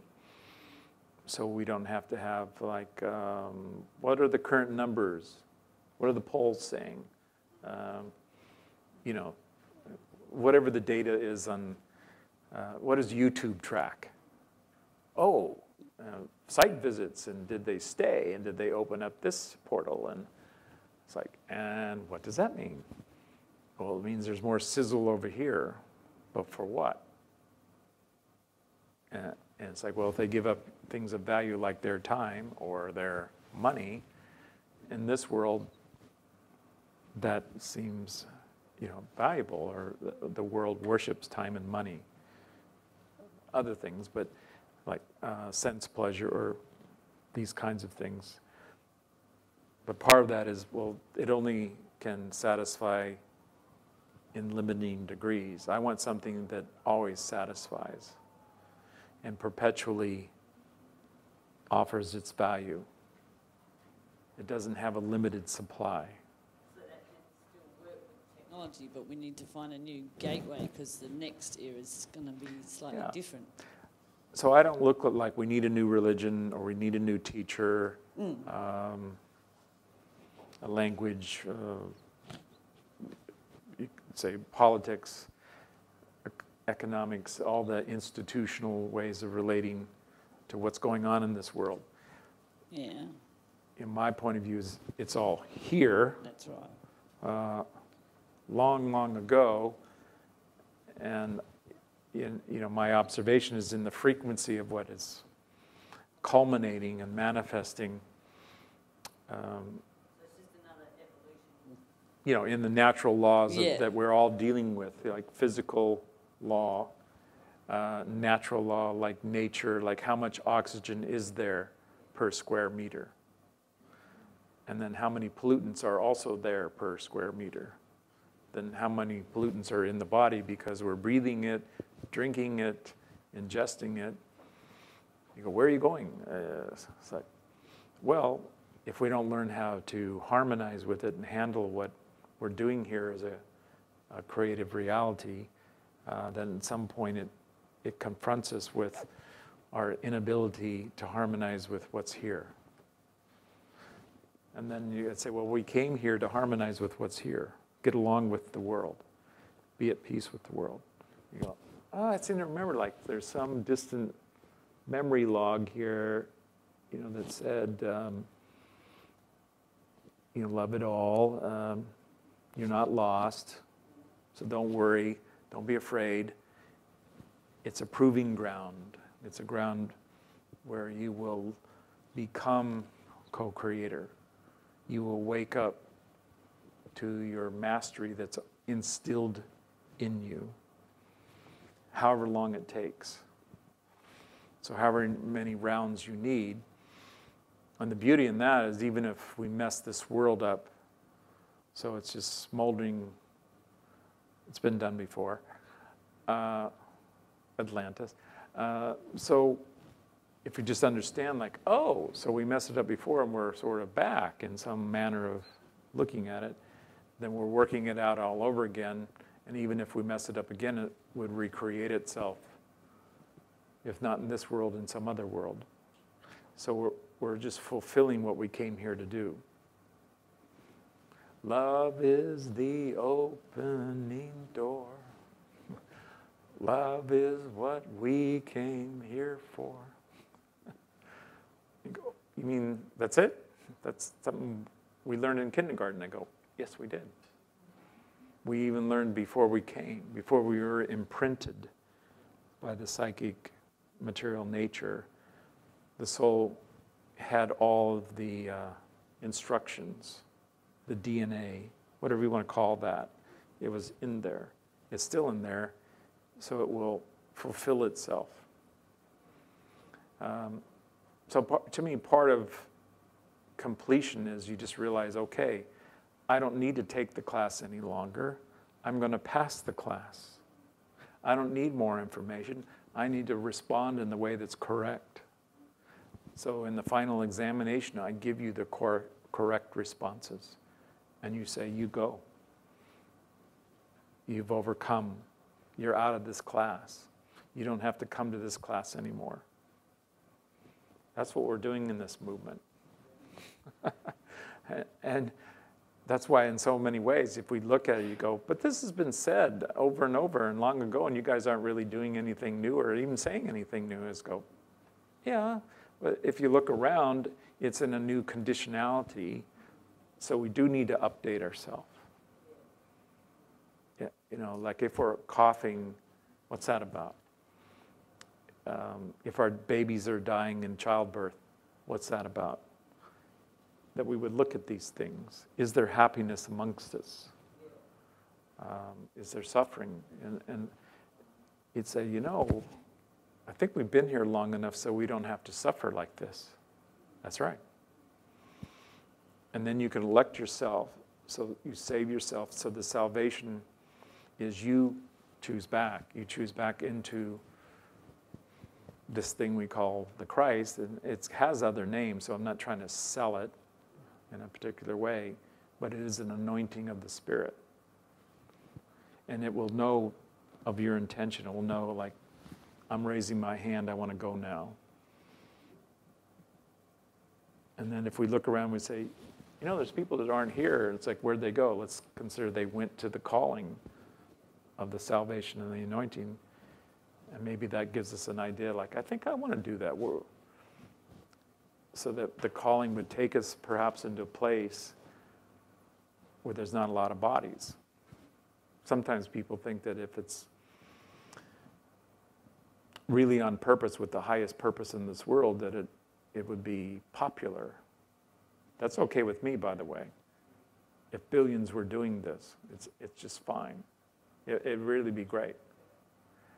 But it comes here for just one. So it's always that you answer the call. And that call really isn't about what's in the world, the exteriorization of it. It's the interior, that God knows the intention of your heart and knows if you're true, knows your innermost thoughts. See, that should be a good story. Like, I'm glad God knows that, because I'm God's friend. I'm one of God's allies. God can trust me because I'm trustworthy. And if you don't know how to tell that story, you might start finding out how to be more a friend to God, a loyal subject to God's kingdom. And it's not of this world, see, and I'm not the first one to utter that. But it's here, and I'm not the first one to utter that. So it's at hand.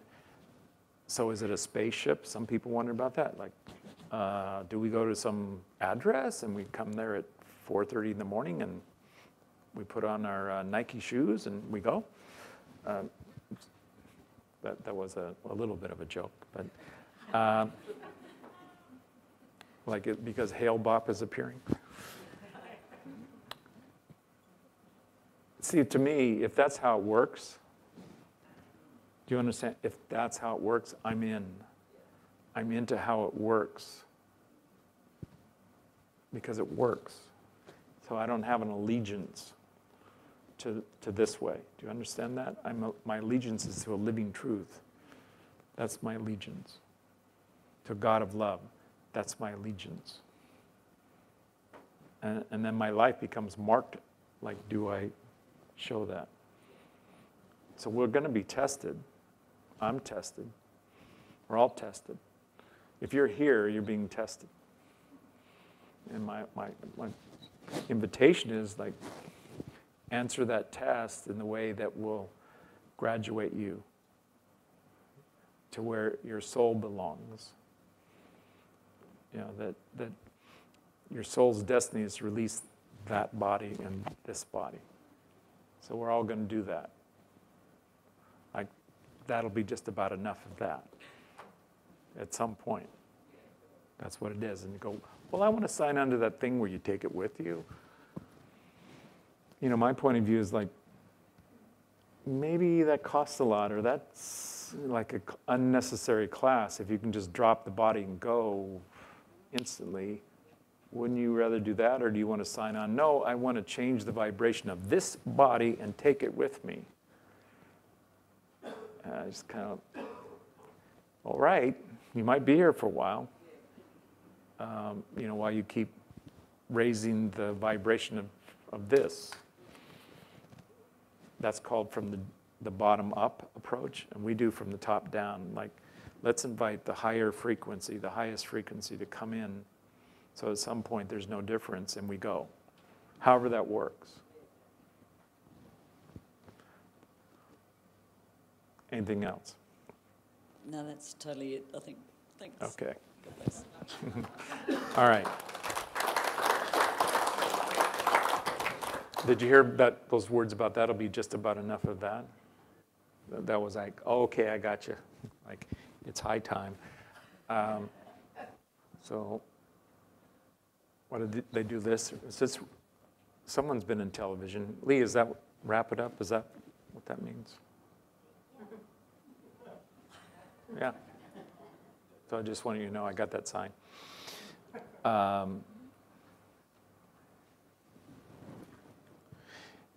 And part of it is that my life has been called into the blessings. Somebody asked me recently, do you want to be called the blessings man? And I went, yeah, you know, I wonder what some of my colleagues who knew me when I was growing up, you know, your neighborhood chaps.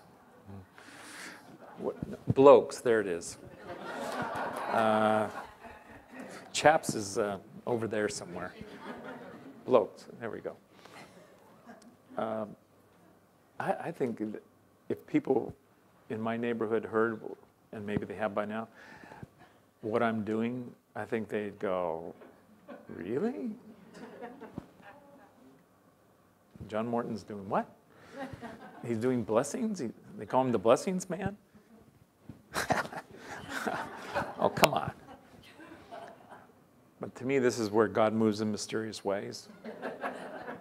And so I just encourage you to, in your own way, to consider that this is endure to the end movement, like stay with what the traveler is offering you.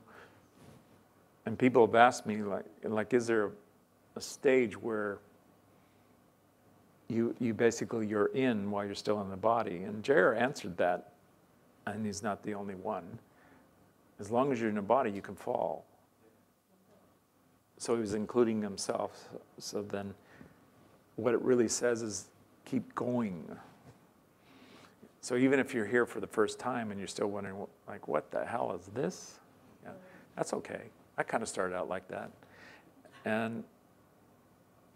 But something kept happening as an experience, so I couldn't let it go. Just to maybe remind you of a part of my story. So I came to the initial MSIA event that I went to was in somebody's home, like a home seminar. And the next MSIA event I went to was also a home seminar. It was about a year apart in a different location in the world. But during that year, the traveler was nagging me, which is another way of saying blessing me. Because I kept thinking about it, kept thinking about the experiences that I had that I could not explain. And that I also had to admit I wanted more of the experience. So no longer how long you've been in this movement, that's still where we are. There's more to go. Keep going. Obviously, with JR passing on, you know, my view is he's in a greater, not like a place, I don't know how to describe it like that, but state. And I knew that in the moment. So I was, in case you haven't heard, it seems like I've talked about this several times, but maybe the first time in this neck of the woods. But I was with him physically when that body breathed its last. And that was one of the most beautiful experiences of my life, just to be in that moment. And, you know, I know I could just say that like, oh, you're saying that because you're supposed to say that, right? No, I'm telling you, it was really magnificent and beautiful to be with him. And we were singing like MSI songs, which it wasn't drawn up like, okay, I want you guys to sing MSI song. It wasn't like Jared drew it up. It just was what happened. And also because it was that kind of thing where if you've been around somebody who's passed, meaning they died, they stopped breathing in your presence, there's something amazing about it that just is. It's also, if you've been at a birth, when that first breath shows up, that's also amazing too. In any case, my experience has been that in my life, in every quadrant, and that's kind of like a lie because it's not in 4, so I don't know the number of the corners, but the places in my life that could be blessed, they are. And somehow I know he has a part of that. And you know, I know there are people who say, oh, come on, you're brainwashed. You're in the cult. You're taught to think like that. Like Jared's the mystical guy. He has all these powers. And that would be the truth. But they have the experience. I'm passing along, I'm sharing it, I'm inviting you, and then what's started happening over the last several months is we're recording, we being MSI, are recording more and more people's stories because they in some way chronicle and give, I don't know if it's proof, I don't, you know, this is not a movement of proof, but it's a movement where we could share the experience as a way of passing on the knowledge of what's going on here. So I do encourage you to realize that something more powerful is actually going on now. That's my way of looking. The Jer's not like, out of here, good luck. More with us than ever is how I experience it. And also that I had and have had long ago experiences that this movement is very directly related to Jesus the Christ. And sometimes that just spooks people tremendously when we bring that up. But Jer brought it up over and over as well, and I find I do as well, because I look at it as a fact. And we don't need to apologize for it. But it's not something that we yet, get up here and pronounce you believe this or else. We'll kick you out or excommunicate you or something. We don't have that, by the way, excommunication or something on that order. So if anything, I'm just encouraging you, including those of you who are consciously, knowingly initiates, that the initiations keep going on above the soul. But I don't verify them physically because it's not my job. And I've done this several times. I have plenty to do as it is, and so far that has not been assigned to me. But I encourage you to claim it. So, claim it that it doesn't stop as long as you're in a body. And there is something about knowing yourself as an initiate in this world that is tremendously in your favor. So maybe those of you who are new going, what's this thing, initiation? Oh, I was with you until you brought up, you mean like the Masons or something, or the secret handshake? Or? Well, kind of, sort of, but not quite. And it's not disparaging at all toward the Masons or anybody who has secret handshakes. It's not about that. It's just about that we're here doing something very sacred and profound. And so I'm here tonight reinforcing that in my way, claiming it, sharing it with you, inviting you, encouraging you to go for it. That there's something really magnificent that's the least of it, in my estimation, is delivered in this world. But even here, there's tremendous blessing. And since Jer is passing, in every, permit me, quadrant of my life, and it's multiples exponentially of 4, there's great blessing.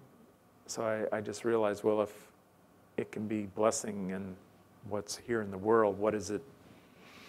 And I don't have any way of really measuring what that is, other than to be thankful.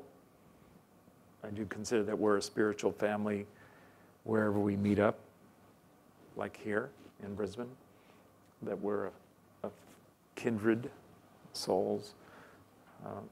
Many of you I've seen over and over and over over the years.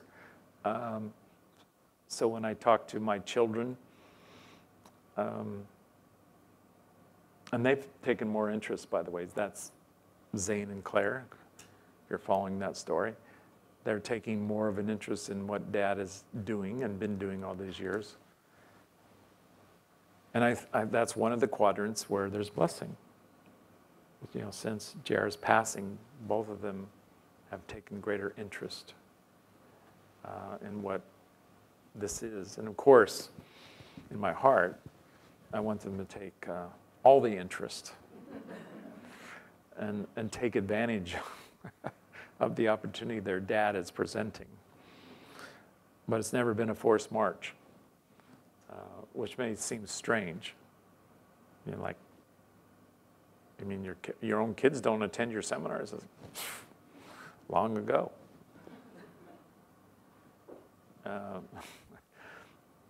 And then sometimes they would wonder, like, you mean Dad's actually really funny?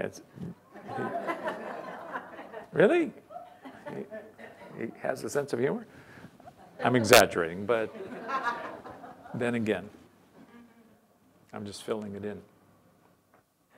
So I trust in some way that you've experienced Jared's blessing here with us tonight. And I wanted that to come into our midst so we could all feel that, just like you're here, Jer, Beirish Bishan.